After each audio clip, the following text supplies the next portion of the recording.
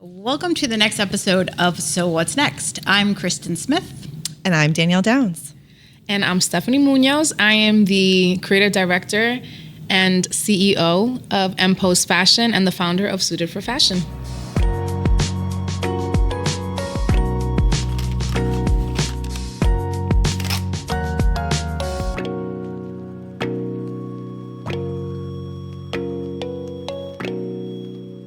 And a lot of my work really is just like passion driven. I feel like, I've been doing this forever as far as like the designing portion of things, and the nonprofit stuff. I've always been very much community driven, but never really like took the initiative to have like a nonprofit. I just knew I liked doing stuff in the community and stuff, but finally I got, we did it. I have a group of women behind me that have been backing me and supporting me, and they've really been helping me drive this initiative. So I'm grateful for the friends that I have, and again for the women that have been a part of this journey with me. It's early in the stages. We've been doing this for 2 years now, but 2 years, that's 365 times 2. So absolutely. No, that's actually a long time. Yeah. So, meetings and conversation and planning, Lord. It's a lot. It's a lot, yeah. It's a lot. I hope these kids are grateful because we're putting in the work. I'm quite positive they are, and you're making a huge impact for sure. I hope so. I think like I may have said it to you, but always when it comes to whether it's through the fashion portion of my brand or through the philanthropical aspect, which is the nonprofit, I hope that I'm being impactful to some capacity, and I hope that I am the person that I wish I had in my life when I was a youth or even as a peer. So that's my kid, y'all. That's totally fine. No worries at all. We all have kids. We all have kids. We get it. We're 100% with you. It shows a lot about your character, and it's amazing. Yep.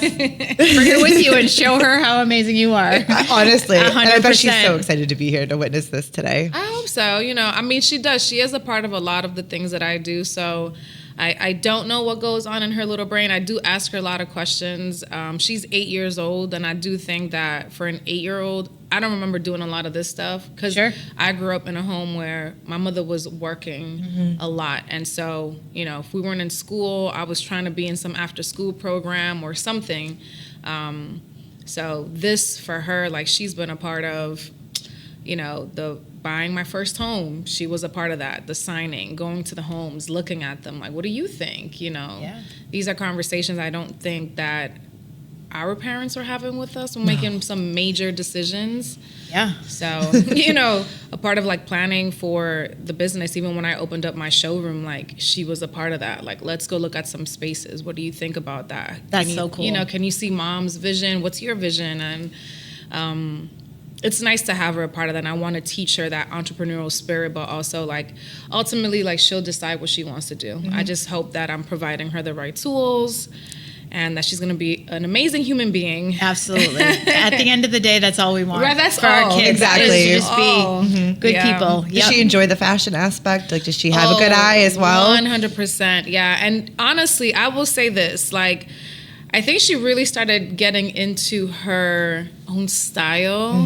She's always had her own style, but like really owning it in the past like 2, maybe 3 years, and it's been hard for me to let go. Let's sit at the table and let's talk about this. Let's talk about this. Let's talk about your choices and why we went there. How about we remove this? We keep that because I like that. And she'll just look at me. She's like, "No, I really like this," and I'm like, "Oh." Yeah, I think you had a similar situation. Yeah, we went back to school shopping, which my daughter, this was like her first, like, oh, I want to go. Normally I've like purchased her clothes and just got like the usual one. Know what makes her comfortable, but she wanted to go, and we went to Pheasant Lane, and she was like, so mind you, she's 10, and she's like, is there a Hot Topic there? And I was like, there is. I'm like, there is. Like, there is. I'm like, what are we going for here? So, and I did Hot Topic back in my youth, but not as early as 10. So I'm like, okay. And I'm like, yeah, there is. She's like, can we go in there? I'm like, yeah.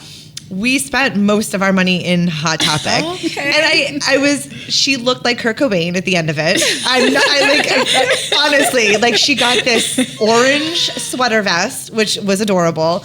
This denim skirt that had jack-o'-lanterns on it. Oh, I love that. And then arm warmers. Okay.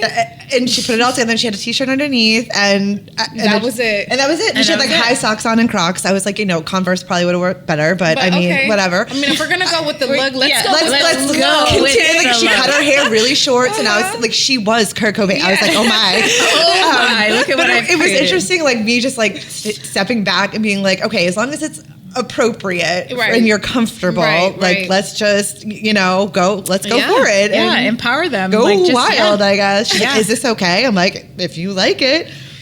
You're like thumbs up. Yeah, it's a bold choice. But if you love it, and she's been rocking that outfit at least once or twice a week since school started. That's awesome. Yeah, that's awesome. Listen, Sky, her thing is socks, and some days I'm like, Sky, it's day 3. We gotta take them off. Socks. Yes, we gotta wash. Yeah, we do the same thing. No, I'm like when she's sleeping, I literally have to be like, yes, time to come off. I've noticed she takes them off and hides them under her pillow, so I don't wash them. Oh my goodness. I'm like, what? Like I could do the laundry really fast, actually. I could have a turnover in a couple hours.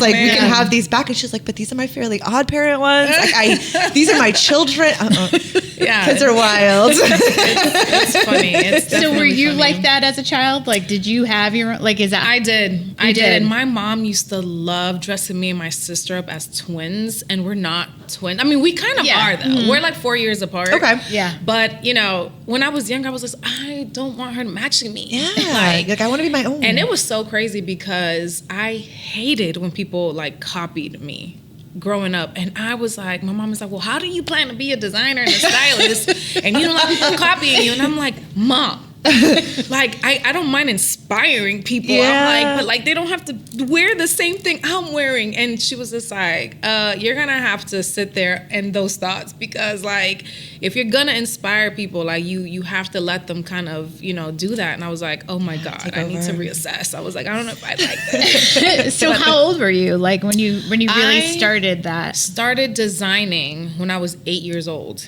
And I remember my first illustration was my wedding dress, my bridesmaids, and the groomsmen. And my stepdad was like, he saw it, and I was so excited to show them. And he's like, what are you doing thinking about marriage? He's like, you're too young. And I was like, well, like I just want you to see. This is what I want my dress to look like. And he was like, no. He's like, dude, this is too much. He's like, you're too young. And then I was in a latchkey program, and they had a sewing class.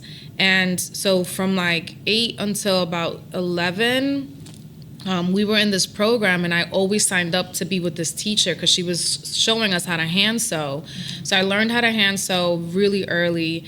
And what I was doing was I started to cut my pajamas and my sister's PJs. I would just like cut them when everybody was sleeping. And I would just stay up late. That's awesome. And I would cut them, and I would make teddy bears out of them. And my mother was done. She was just like, if you cut one more. And I said, but look at how cute. Look at what I made. Yeah, and that's what we learned in the class. It was like making like teddy bears or pillows. I was just doing that at home at nighttime when people were sleeping. And so when I got into high school, then I started cutting my jeans. And I started making purses and bags and side bags. So when I was in school, I don't want to say I was like a trendsetter, but I really was. Like it was me. Like I was cutting sweaters off, making leg warmers. It's so funny that you say your daughter was wearing hand warmers. I was making Danielle. leg warmers. I was wearing heels freshman year in high school. Like everybody's like, where are you going? To the club? And I'm like, no, I'm going to class. Where are you going? Yeah.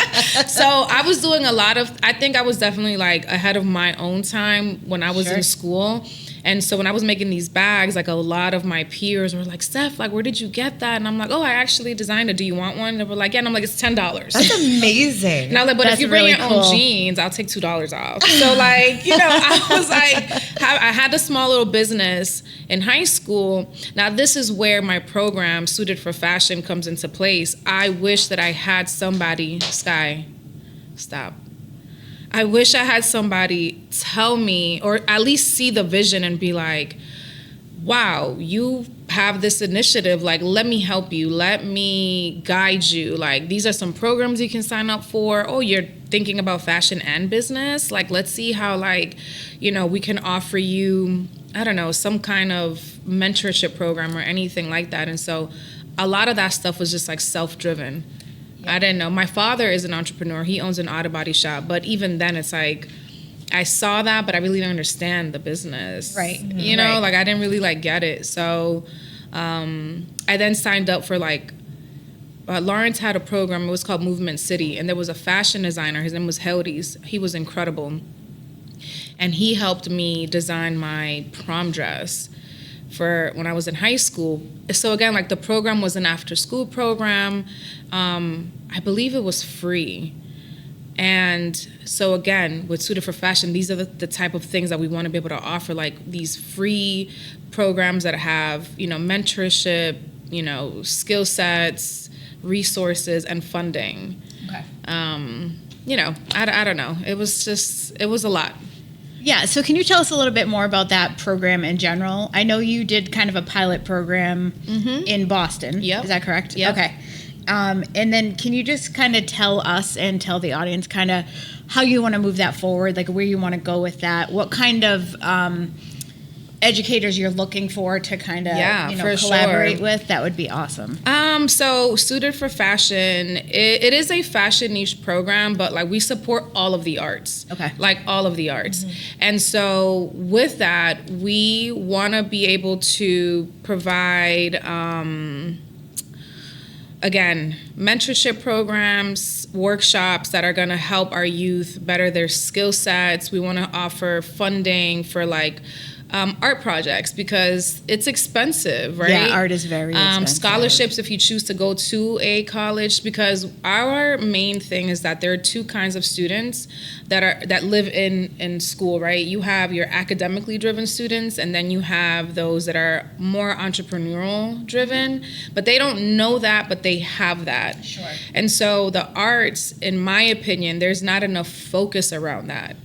And so a lot of students get overlooked. And it's like, if they're not getting straight A's in science, math, English, it's like, oh, you're not that smart. How about we take those students and figure out where are they thriving the most? Most of these students will thrive incredibly like in the arts, right? So absolutely. When you figure that out, I think that in knowing like, okay, maybe I want to go to a college, maybe I want to do my own thing. And so we want to be able to offer them like the right guidance. So with the program, we're looking for mentors that are in all of the arts. So like if you are great in tech, like, you know, technical design, we're looking for that. Yep. We're looking for photographers, you know. So our programs pretty much are broken down into product development, STEAM, which focuses on tech design, portfolio building, because that's important. I didn't know you needed definitely. A portfolio to go to an art school. Yeah. Senior year, I literally took an art. So when I was in Lawrence High, they started doing these like departments. I was in the health because I had really good grades. Yeah. And so I was like, oh yeah, I'll, you know, getting straight A's. I'm in the health department. I didn't want to do anything with health. I always kind of knew I wanted to be in the arts. I don't want to. We weren't really allowed to take art classes if you were in those departments. So it's like separated, right? Yes. Yeah. And so senior year, I only had like 2 classes, and I was like, well, I'm gonna take art, you know, like finally. And my art teacher was like, Steph, why weren't you here 4 years? And I was just like, I don't know, but I heard I need a portfolio. What is that? And he was like, what? And I had 2 weeks to apply to Mass Art. Oh my goodness. 2 weeks to apply to Mass Art, because I had gotten into the schools in New York that I wanted to go to. I got into LIM, I got into FIT, and I got into the Art Institute of New York. And wow, that's impressive. But they were so expensive. Yeah. And so at the time, my mom had a hard conversation with me, and she was just like, I know you want to come out here. She was just like, and we went for the interviews and everything, and we were on the subway, and she was like, I'm sorry, but like, I can't afford that. And I was like, okay, you know, I'm like, that's fine. Yep. They told me about Mass Art, and I was like, fine, I'll apply to that school, you know.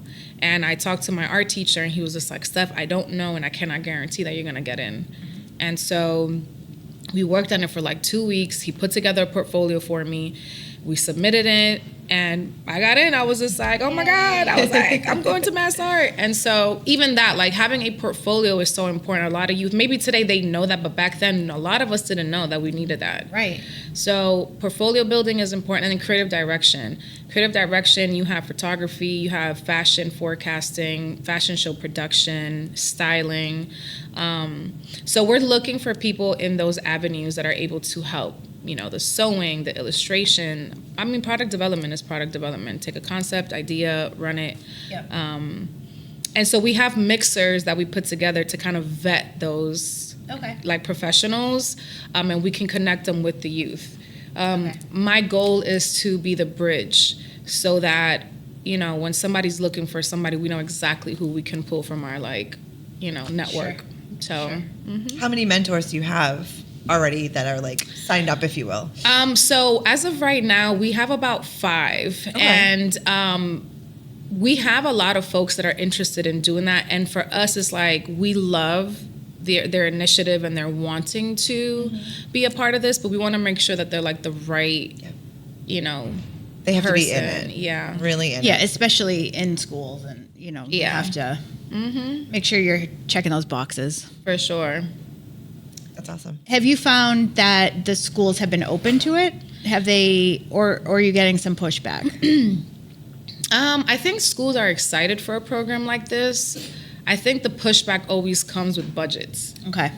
You know, it's like, I mean, nobody wants to work for free. I get that. But for me, truthfully, like what's important is material.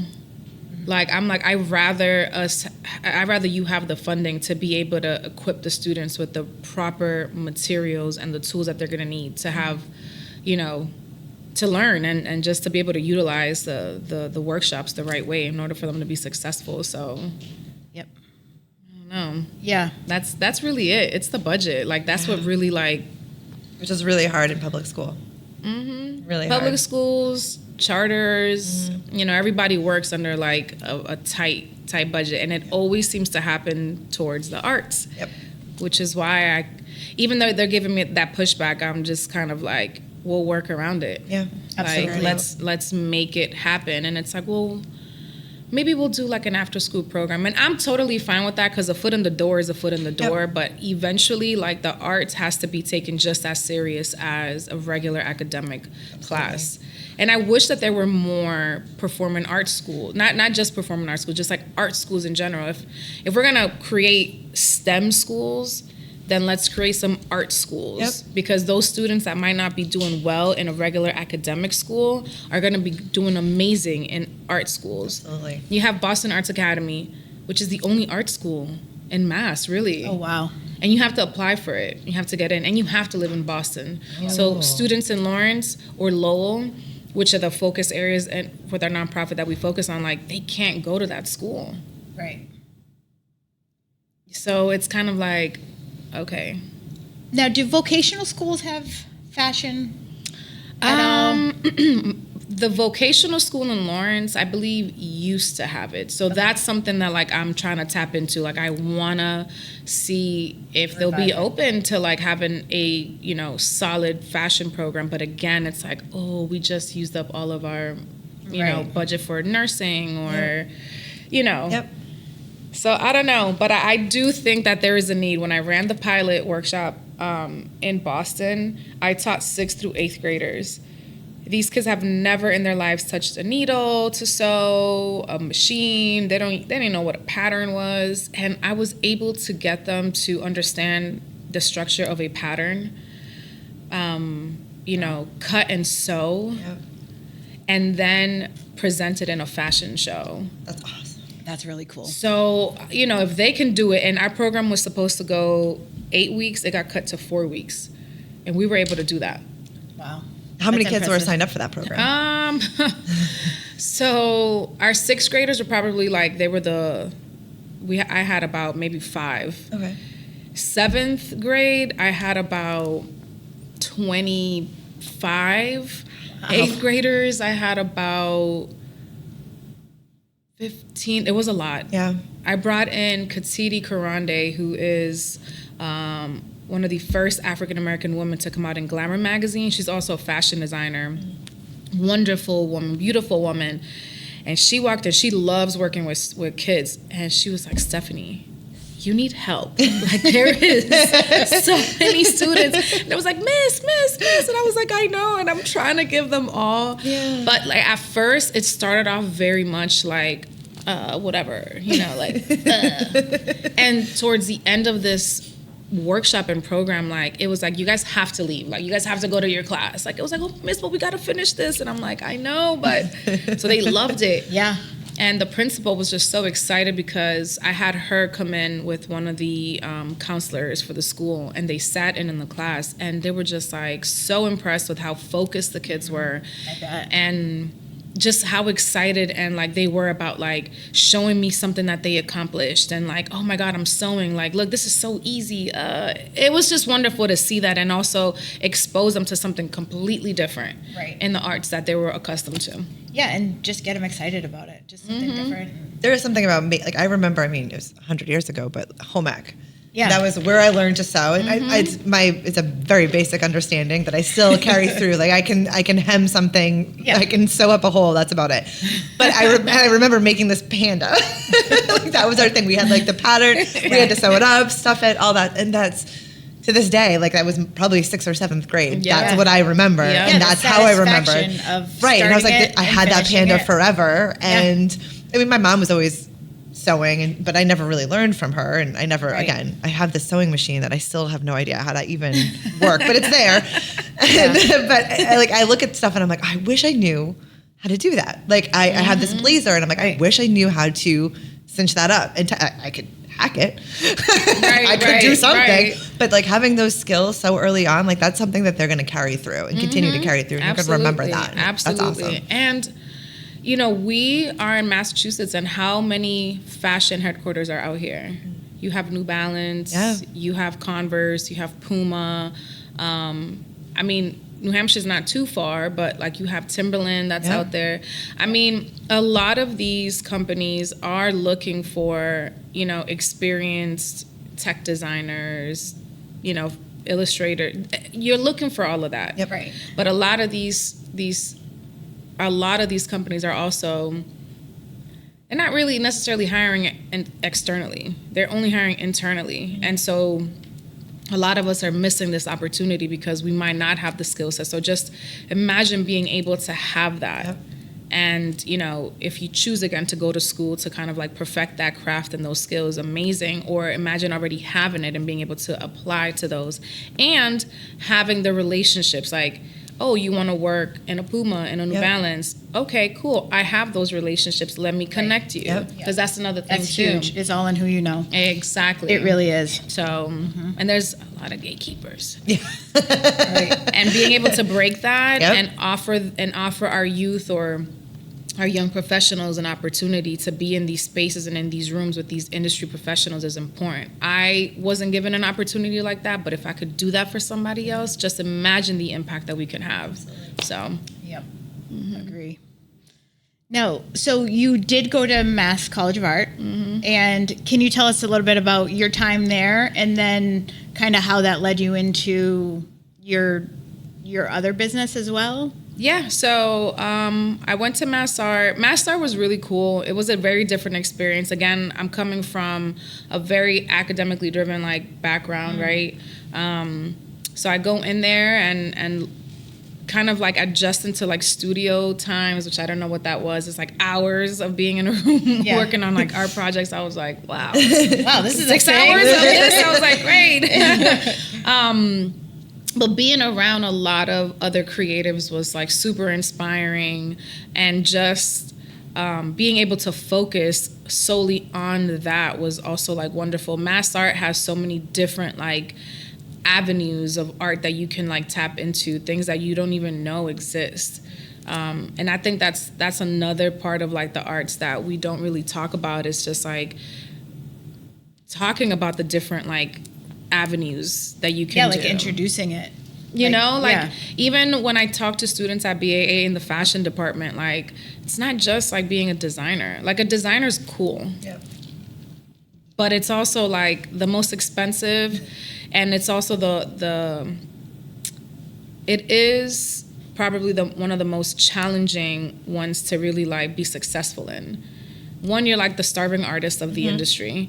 Two, it is extremely oversaturated. So you're going up against all these other designers. Like, what is your niche that's like different from somebody else? Yep. What's gonna make you stand out?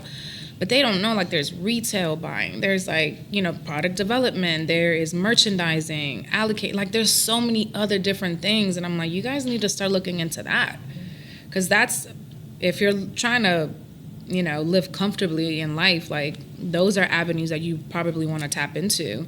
I mean, but yeah, so when I was at MassArt, that was one of the things that I felt like I wish that they had more of, which was like connecting business with the arts. They didn't really have that. Now we were part of the, yeah, that's so, now that you're saying that, it's so weird, like in high schools that they separate that completely. Why? Like, why? Right. Yeah. Like, why do you have to be a college-bound kid or an art kid or you know, anything in between? They like, should be. Why does it have to be all separate? Even if you are trying to start up something in the arts, you're going to need some sort of academic business to go associated with that. Yeah. Absolutely. So, and those are conversations that we have, you know. But yeah, so MassArt was fantastic in terms of like just the opportunity to be able to explore different like art avenues and stuff like that. Were you in fashion design there? That was your major? Yeah, that was my thing. Okay. And I remember meeting a few people that started off in fashion and then they just went off and veered to something completely different because, again, you're exposed to so many different things. Like, I watched a friend go from fashion to glass blowing. Oh, wow. Oh, wow. Yeah. And I would sit there and watch her and I was like, man, this is so cool. Also from like fashion to becoming an art teacher, you know what I mean? I don't know. It was a very different world. Like the fashion department was like a world of its own, and we literally shared floors with like, I think it was like, oh my God, what's it called? Like digital design and stuff like that. And it was like, oh no, you guys are over there, we're over here. Like, I was like, yeah, this is so weird. And anybody on the other side of the building that would come to our building, they were like, this does not feel like MassArt. Like, this feels so different. I was like, yeah. But it was cool. It was a really cool experience. I just knew, I've always known that that's what I wanted to do. Like, when I chose, so junior year, I took a sabbatical because I was like, I feel like I'm not being given everything that I'm seeking. We were part of a sister school. That's what they call the Fenway schools, like sister schools. Okay. So I started taking courses, I think it was at Emmanuel, but it didn't work because of our schedule. Like, again, I'm taking a 6-hour studio session that's interfering with like a business course. Yeah. So I ended up taking a sabbatical. I needed to take a step back and really like reassess what I wanted to do. But ultimately, I still went through with it. I actually went back to school, but I ended up going to Bay State College, took the merchandising program, loved it, just because I was like, yeah, this is more so what I'm looking for. Sure. More of like a business background. And I ended up finding out about all these other fashion, like job, you know, industries, and I was like, whoa, like I didn't know that this existed. I was like, what? You get to sit in fashion shows all day and just pick things? I'm like, this is what I want to do too. Yeah, wait a minute. So that was cool. Loved it. You know, ended up getting my degree there. And after that, I worked as a creative director for a company, as a merchandiser. Again, I started tapping into these different industries. And when I worked at the job where I was a creative director, it was fun to be able to initiate designs and projects and campaigns and, you know, just see how my work was being impactful, like in the fashion community, at the workplace. And from there, I just kind of grew out of that, and I was like, all right, I think I'm ready to just be on my own. Sure. And really like do my own thing. Because again, like, I think a lot of people, if you're an entrepreneur at heart, one of the things that you need to understand, and even as an employer, really you're like a school too. You're kind of teaching people a blueprint. If you catch on to it, right? Yeah. Early on, and you're able to really take in everything that you're learning at your workplace, and you have your own vision, That's what you do. You take the blueprint, you see what worked, what didn't work, and then you apply it into your own business, and voila, you turn that into a successful situation. So yeah. So Mpoze is it's a fashion brand. Okay, that's the fashion brand. Okay, and then so do you do fashion shows or how can you explain to us how that all works? Mpoze. And I'm so glad you got it right, because a lot of times people pronounce it's like Mpoze, and I'm like, no. Does that stand for something? Yeah. Okay. So M is for my last name, Munoz, and Pose, like fashion pose. But then together, I was like, ooh, it sounds like Mpoze. Yeah. That's exactly what I want to do, and so that's where the name came from. So yeah, as far as like fashion shows go, 2 years ago, and it's as crazy as it sounds, but was the first time that I actually showcased my stuff. And it took me so long because I'm a perfectionist and I just didn't want to put anything out. I wanted to make sure that when I came out, it was quality stuff. It was a representation of my brand, the aesthetic. It's a luxury brand, so I wanted to make sure that it said that. And so for shows, last year I did quite a few shows, and one of the things that I learned was that it's okay to support different organizations, but also it's okay to be true to your brand, your brand's identity, and you want to make sure that things align with your mission. And so a lot of the shows, production-wise, they were okay. And I'll be honest. They were okay. And I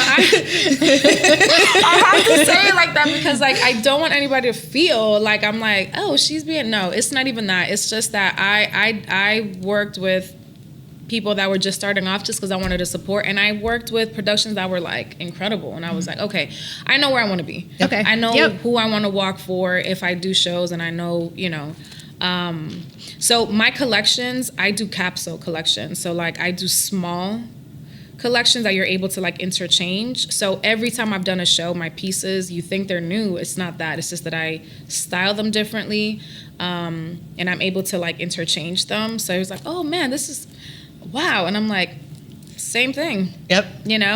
For a year I was able to do that. And so to see people's reaction when they see my pieces, I'm like, oh man, because sometimes I'm sitting here, I'm like, oh my God, where the hell did I choose this?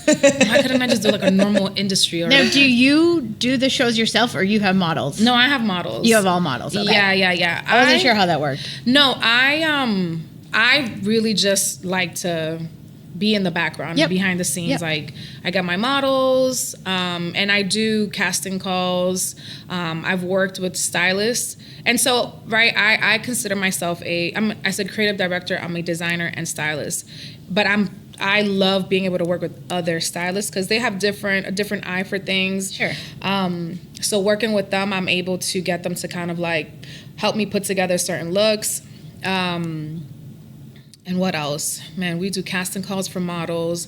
My models, I look for curvier models. That's what my designs are meant for.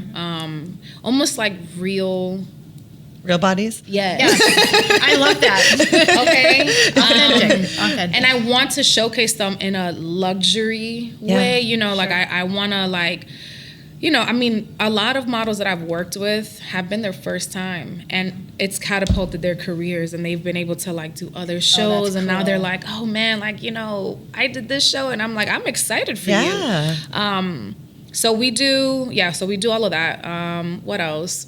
We do product shoots for campaigns, which I'm actually getting ready to do a campaign launch. I don't know. This year, to be honest with you, I've been asked to do quite a few shows, and I've said no. And a lot of it is from that. I'm like, I don't know if that aligns with what I'm doing. And again, I don't want to seem snooty about it, but no, that's important. I think that's really important. You have to do what you want to do. Yeah. What you feel like you need to do. Yeah. And if that is saying no to certain things, then that's the journey. Yeah. And I know that so I did New York Fashion Week in February, and that was a really cool experience. Being out there, everybody thought I was from New York. And I said, no, I'm from Boston. They were like, What? They're like, what? They got fashion. You're like, here I am. Yeah, I was like, they do. I'm like, there are some incredibly talented designers in Boston. It's just, Boston is known for other stuff like the business, the schools and stuff. I was like, but we're out here. Yeah. I'm like, we're out here. So it was nice to go over there and represent. I think that they were excited to see that. Okay, I was like, Boston got something going on. I'm like, yeah. So I did see that you were on television. Mm-hmm. And they were talking about how you designed something for like one of the Patriots. Is that right? Yeah. Yeah. So we do have some high profile clients. We have some Patriot players. Devin and Jason McCourty were two that I worked with a few years back. And as of recently, Devin and I have been working together on a lot of the pieces that he wears for Sunday football. That's really cool. That's always cool to see it on TV. Like, I guess I don't really... it doesn't really hit me until somebody else is like, Steph, like that's, I was like, yeah, that's my stuff. It's on TV. I was like, that's really cool. Huge. That's huge. Really cool. Yeah. So how does that work? Like how do you pick? Like, is he involved in, or are they involved? So to be honest with you, I've worked with Devin for so long, and even the first time that we worked together, him and Jason were both like, you got this. And I was like, so you want, they were like, nope. And I was like, okay. You're like, please give me something. So last year when I worked with him, it was the same thing. It was like, I love being able to have my clients be a part of the process just so that they feel, like they're part of the design. But honestly, he's like, I trust your vision. He's like, you're good. And I'm like, okay. And so that's really what we did. Like, I always kind of include him now. Amy, who is the head stylist for NBC, she obviously coordinates a lot of like their wardrobes and stuff like that. So I've had her kind of like guide me and like, hey, on TV, this looks kind of weird, like these certain patterns, so kind of stay away from that. Yeah. I'm like, all right, cool. So I'll send swatches to make sure that they're like good on TV. That must be crazy for you. Yeah, so I've had to drive all the way to Stanford. Oh my God. To the headquarters, and 4 hours. I'm like, but I do that because I want to make sure that like it's there, it looks good, he's good with it. That's really cool. And I love to meet them. And I've been on sets, man, the set is always so like, wow, like this is so great. And again, to see him in it and again to hear people like be like, wow, look at his suit, like, oh, it's so sharp. Amazing. I get so excited. That's awesome. Yeah. So where do you create everything?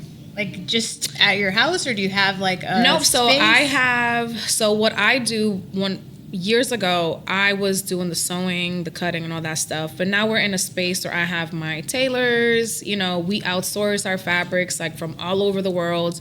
So I'm able to kind of sit with him, with any client, and just like go through the fabric. So the process is you go into my showroom, we sit down, we kind of chit chat. I'm like a fashion therapist. I kind of hear you out. I'm taking notes, and then we start looking through fabrics. And I always tell clients, like, sometimes when you're a blank canvas, like a fabric will talk to you. Like it'll choose you before you choose it. We need to go on a road trip. we need to go on a podcast road trip. I love my showroom. It is. Like, don't threaten me with a good time. What? Seriously, we're there. So we'll bring Keith. We'll bring the cameras with us. It'll be a great experience. And truthfully, like my appointments are I always make them 2 hours because what ends up happening is we'll sit there and like we'll just chat the whole time. And like, once we get to the point of like choosing your fabrics, your buttons, your lining, it's a whole thing, Yeah. So yeah, it's a little bit of a process. I love it. And I think custom is just very different than going like to a store and just like shopping off the rack. I got to teach my clients, like when you're doing custom, you have to be mentally prepared, emotionally prepared. And they're like, what? I'm like, yeah, because we've been accustomed to fitting our bodies into a general size that when you actually learn how to wear clothes that fit you now, like these pieces are meant to fit you. It's not the other way around, not you meant to fit the sizes. Yeah. You don't know how to act. You're like, is this supposed to fit? Like, yep, it is. Now calm down. And I'll tell them like, this is, so I'll let you know now, like once you step out of here and you wear this, be ready. The amount of compliments that you receive is overwhelming. Overwhelming. Like, that's really cool. I've had people speak at like huge panels, and like they're like looking for me in the crowd, and they'll find me. They're like, let's go to the back room. I can't. People are trying to touch me. They're trying to like pull me, and I'm just like, I'm sorry, not sorry. Yeah. I'm like oh, I no. told you. I gave you the warning. I warned you. You know. So it's beautiful to see that, and like people just feeling good and all that stuff.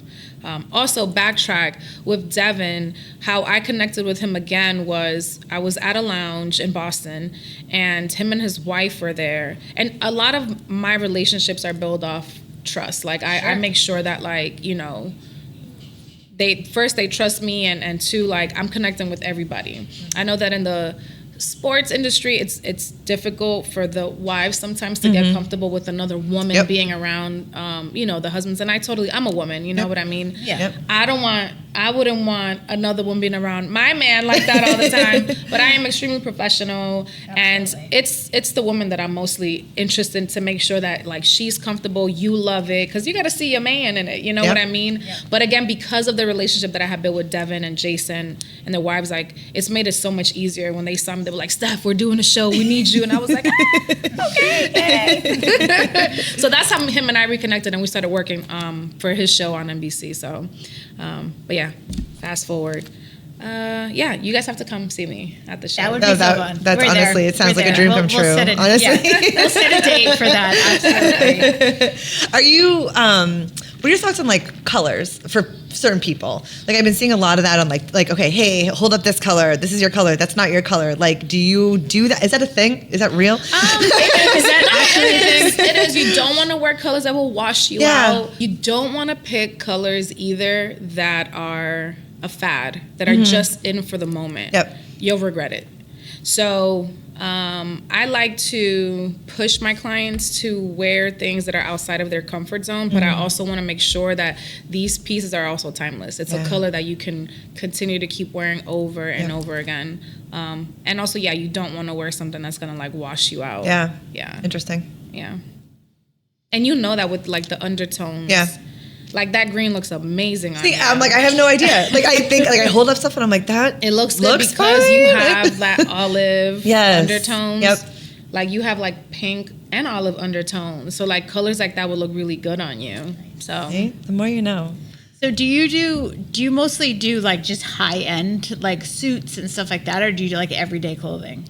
Like is it? Yeah, I do. So actually, like right now we're pivoting a little bit towards being able to offer that luxury experience through custom, but also having ready to wear, but just in small like numbers. I do not want to be a fast fashion. Yeah, like a mass production. I don't want to do that. Yep.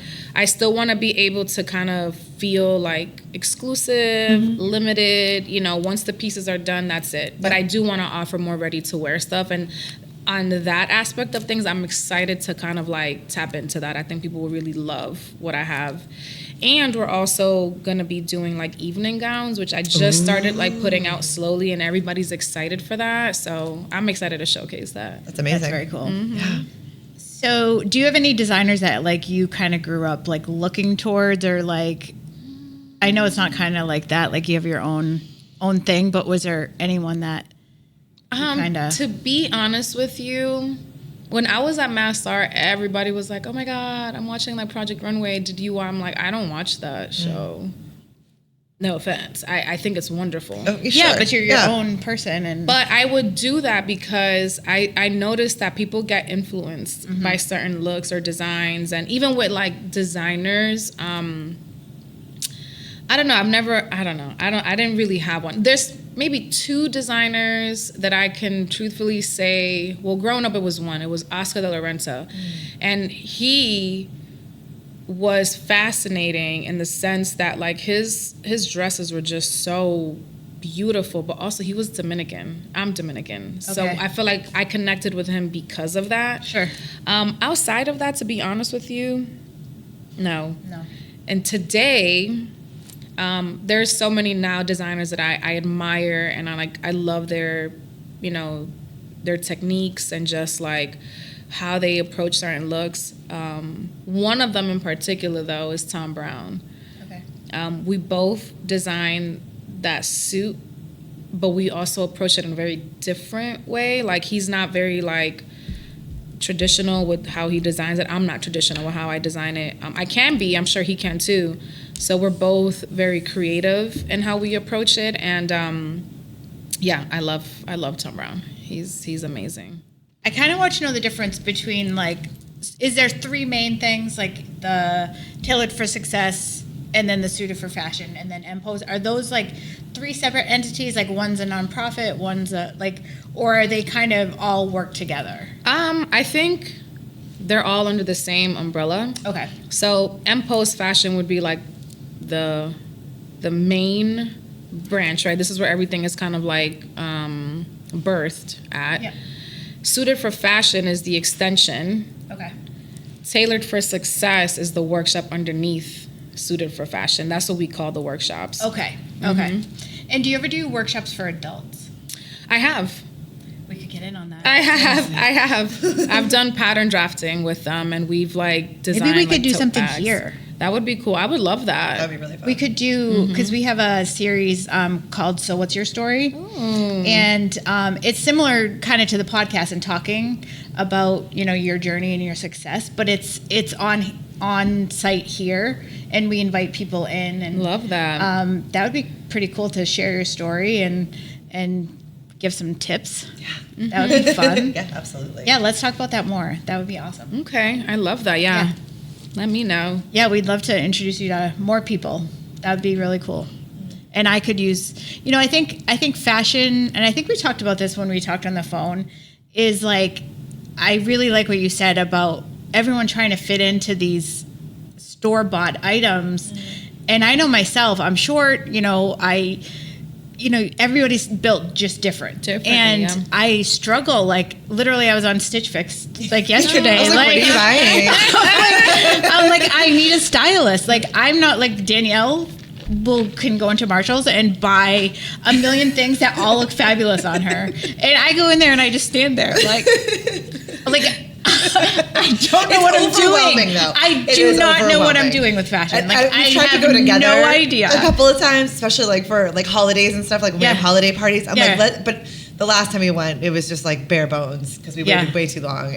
But literally, nothing. like, Danielle's like my fashion designer. I'll be like, can you please tell me what to wear? Right. Like, I think some people are kind of born that, and I'm a designer. Like, I'm a graphic designer, and I'm like very creative. I like, pride myself in that. But like, when it comes to clothes, like, forget it. So I think it's so important that you're like introducing people to the idea of even being like, my daughter is, very short, and like all of her clothes, are for children. Oh. And so it's like she's really teeny. And it's like, her and I talk all the time, like, we would love to make our own clothes, but like, we went and bought a pattern one day and we just looked at it. Because we were like, what? I gave you those pants. I'm like, they're like, I wouldn't even know, very wide leg, like, kind of like stretchy palazzo trousers. pants or something. And I was like, oh, these don't fit me. Like, do something with them, whether you cut them up and make them into a skirt or shorten them. And she put them on, and I think like the elastic for real?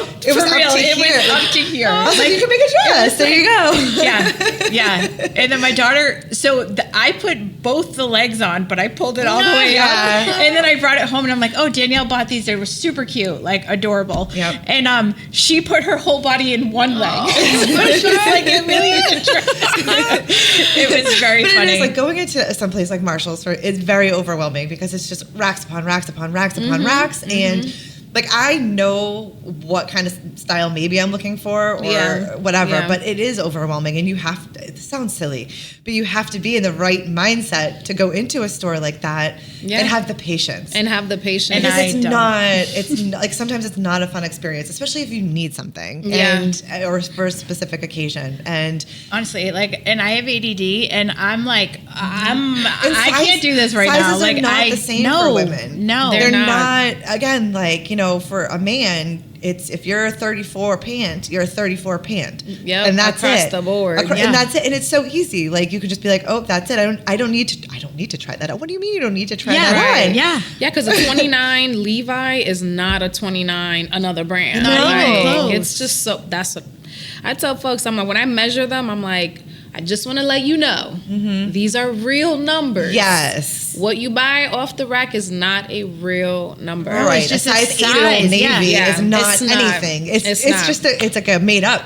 Yeah. So, and it's you like, can even buy the same that. size there, and it's not. No. It's not. the same exact style, and it's not the same. Yeah, because the jean is cut differently, but it's like, but shouldn't the waist feel the same way? Like, I don't know. It's painful. It's you're like, oh, maybe great. I'm this size today. And I'm like, no. I love shopping, ladies. I literally, even if I'm not buying anything. So we need a shopping day. We just need a shopping day. Maybe you could just share with us what. Listen, I think that's the thing. It's like I'm literally looking online yesterday. Like, is it A-line? Is it like A-line petite? Like, well, let me ask you this: like, how do you feel about online retail shopping versus like going to an actual like physical brick and mortar? Like, how do you guys feel about that? I'm in the middle at this point because I have a couple of sites that I really like, and because I like the different look, like cider. I know it's fast fashion, but like I'm a big cider fan because they have some funky stuff, and this is from cider. I love it. Honestly, I really love that. See, she's like, I'm gonna get that. Yes, right? Yes. So that's good material. But so like, every time she's like, "What are you gonna wear?" Like for you, she's like, "What are you gonna wear tomorrow?" I'm like, probably a black shirt. Like that's what I wear. But now I kind of know like the certain sites, right, what size I am. But I've recently lost almost 50 pounds over the last year. So it's congratulations. You look amazing. Thank you. But so I do find it better to go in person now because I don't really know what size I am because I think I might be this size and so I'll order it and I'm like, oh no, like that was wrong. That wasn't even close. And I know they have the measurements and I'll measure and. But everything is always made different. I need to feel material. Like I'm walking through the stores, literally doing this the whole time. I do that. And I like trying clothes on. I literally, again, even if I don't buy anything, I'm like, oh, I feel like I need to go to the store and try clothes on. And I'll go and I'll get a bunch of clothes and I'm in the dressing room. I'm like, yes. I'm like, no, next time. Like, I love, that's my therapy. Yeah. Mm-hmm. Do you have a particular store that you like to go to or stores? I love Marshall's. TJ Maxx is like cool to go because it just has different like options. Yeah. Zara was a store that I really enjoyed going to. They have a lot of like really cool pieces and stuff that you can get. That's really it. Yeah. You know, like Marshall's to try is my go-to stuff on. as well, especially the Westford one. That is my favorite one because it is humongous. No, Marshall's has been good lately. It has. Yeah. This fall, they really stepped up their game. They really did step up their game this fall. Yeah. Well, whoever their buyers are, okay? Yeah, that's somebody. Their buyers are doing an incredible job at choosing the right merch to bring into the stores. Yep. Now, did you know, too, like, each store, what they carry is based off the demographics. I did know that, and I think that's why Westford is such a good one. Yes. We're more the Westford demographic. Yes. It's true. It is like, true. It is definitely true. I don't mind driving and be like, no, they're going to have some good stuff over there, so I'm going to go. Absolutely. Yeah. 100%. And I also wanted to talk about your logo because it's very intriguing to me. I love it. Yeah. But you can talk about the gala first. No, we'll talk about the... Oh, you want to talk about the logo first? Yeah, so the logo for Mpoze, I got that designed over 10 years ago. Really? His name is Matt Rose. Shout out to Matt. So I met him, I think he was going to like Berkeley. Okay. And I believe so. Correct me if I'm wrong, Matt, but I think he was going to Berkeley. This is so long ago. We'll put a shout out to him on the bottom. You have to give us his info. Yeah, I'll give you his info. And like we met up at like Starbucks on Mass Ave or something like that, and like we talked about it. And I told him then, I was just like, Matt, I need this logo to give like luxury. Like I want this 20 years from now, 50. I want people to recognize the logo and know that this is like my brand. This is Mpoze. And so I remember the first round of designs that he sent me. I was like, That's not it. The hell That is this? not it. I was like, Matt, no. I was like, this is not what I paid for. Garbage. Okay, I could have done this. It looks like butts. Like, I was like, these two, no, I don't. Like, I was like, and you know, I really try not to be like disrespectful or rude, but also when I'm like not happy, I'm like, like, we gotta talk about this. And so he was like, I heard you. Came back like 2 days after, and I was like, yes, this is what I'm talking about. And he gave me like, I want to say like 10 different versions of it, and I don't know what to pick. So like, I'll use some of them for certain things. Okay. Oh, okay. But again, like the needles, just like it was just perfect. I'm like, and it's crazy because there are people that have tried replicating that logo. Really? Yeah. Yeah, and you know, I just sit back and I watch, and you know, I'm like, okay, just know that mine has been done for well over 10 years, and we've been here.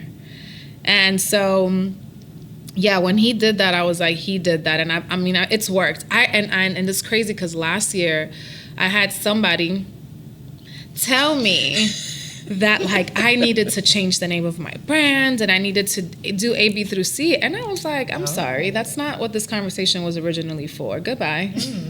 Like, no. Yeah. You know what I'm saying? But everybody knows when they see the two needles, like they know it's me. And That's I awesome. love that. It's identifiable. Like you could just tell. So for anybody who is creating a brand or a logo, like choose something that's going to be timeless. Choose something that when people see it, like when people see the Gucci brand, the Burberry, the Chanel, you just know. You know what it is. You Yep. just know what it is, and that's what I wanted. I wanted that with my brand. Like, yeah, that's Steph. It is. I think you've achieved that Thank for you. sure. I was saying to her this morning when I was looking through your stuff, I'm like, wow, that logo's really cool. Like, I need to ask you about that. I As wrote a logo person, I wrote it on my list. I'm like, logo design. I must discuss. Yeah. Just because, that's kind of what, I'm into as well. Well, like I wanted it to represent like fashion. I didn't want it to be so cliche, but I also wanted it to be like, again, like I wanted it to have an icon that like just stood out. You know what I mean? Yeah. That just like spoke without saying too much. Like I didn't want it to be tacky. I don't know. Yeah, because the first round Matt, that was a little tacky. I was like, no, but I think the needles are just so organic and so like, especially after now that we've talked to you, like I feel that connection because that's where it started. It literally started in a class with one needle. And you realized what you could do. Exactly, and that's like, honestly, like that's one of the biggest reasons now that I put it all together. I'm so thankful that Valerie introduced us because you're really like the exact type of people that we want here. Yeah. And to share your story and to like that. just like honestly, like it's been a pleasure really to get to know you more. But yeah, tell us about the gala. So Suited for Fashion does a gala once a year. Okay. It's a fundraising event. And what we're doing with that is that we basically want to replicate the Met Gala in New York, but we want to bring it to Massachusetts. Okay. And so this year, our theme was Afrofuturism, and people showed up dressed up like they were going to Wakanda, like from the Black Panther movie. And it was incredible. So at this gala, we literally showcase every form of art. We had painters, local painters showcasing their work that have never had like an exhibition or anything like that. We had live painting. We had singers, local singers. We had local like dance teams perform. And then we connected with Change the Play. Shout out to them. They had two of their youth DJs, 10 and 12. Oh my goodness. They were That is incredible. so They cool. DJed for the first 40 minutes of the event and nobody knew it was kids. Wow. And they were just like, and I remember that's talking so to them. cool. They were like, oh, we're kind of nervous. And I said, nervous about what? Right. I said, you guys are doing exactly what you guys do best. And that is like bring people together, give them some good music to vibe to, like just, show up and show out. There was another organization in the city of Boston that they donated Puma sneakers. So we gifted the two young DJs. Oh, wow. Shout out to Unlimited Lens, which was the organization who donated the sneakers, the Pumas, to our two youth DJs. Awesome. Perfect. We then had so like the main event of the gala is the fashion show. So 2 years ago we had BAA, their senior class. I gave them a theme, and they each had to design one piece as a collective, like as a whole collection. So they all came with their stuff, which is amazing. This year, we had one senior girl showcase 12 pieces. Oh, wow. And then we had 3 local designers, one who came all the way from Brooklyn, New York.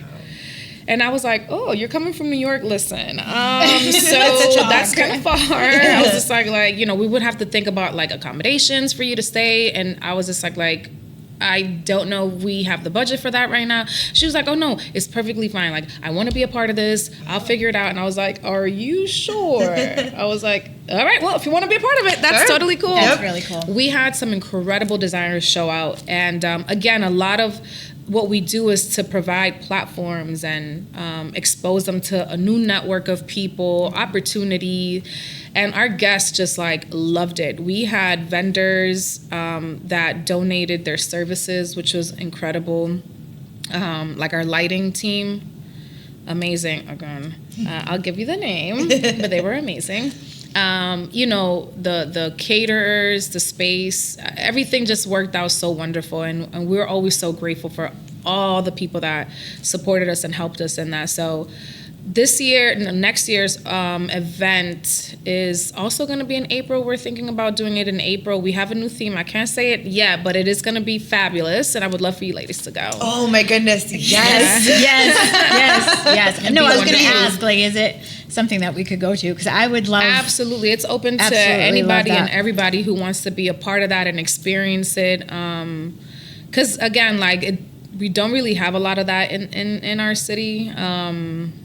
At least happening in the way that we kind of curate it. So yes. And can we dress up like they would going to the Met? Yes. Like that's the whole goal. It's so fun. That's the goal. Well, yeah, to get dressed and be creative. Yeah. Yeah, and I was also going to say, like, it would be awesome. I mean, that's what we do here too, like photography and things like that, videography. I mean, maybe there's some way we could, you know, help with our services. So we are looking for that. We are looking to connect with a videographer and photographer that we can consistently work with for all of our events. Yep. For our galas, to be honest with you, that's where we have fallen short. Sure. You know, we don't get our videos, and our photos come out pretty good, but they're limited to what we can use. Sure. So we really would love to connect with a group of videographers and photographers that are willing to work with us. We obviously want to pay, but understand that it is. Yep, it's a fundraising event. Yeah, absolutely. Yep. No, we'd love to talk more. Yeah, for absolutely. sure. That would be really cool. No, that sounds awesome. Yeah, that'd be great. We would really love. I mean, we definitely love to give back as well, and.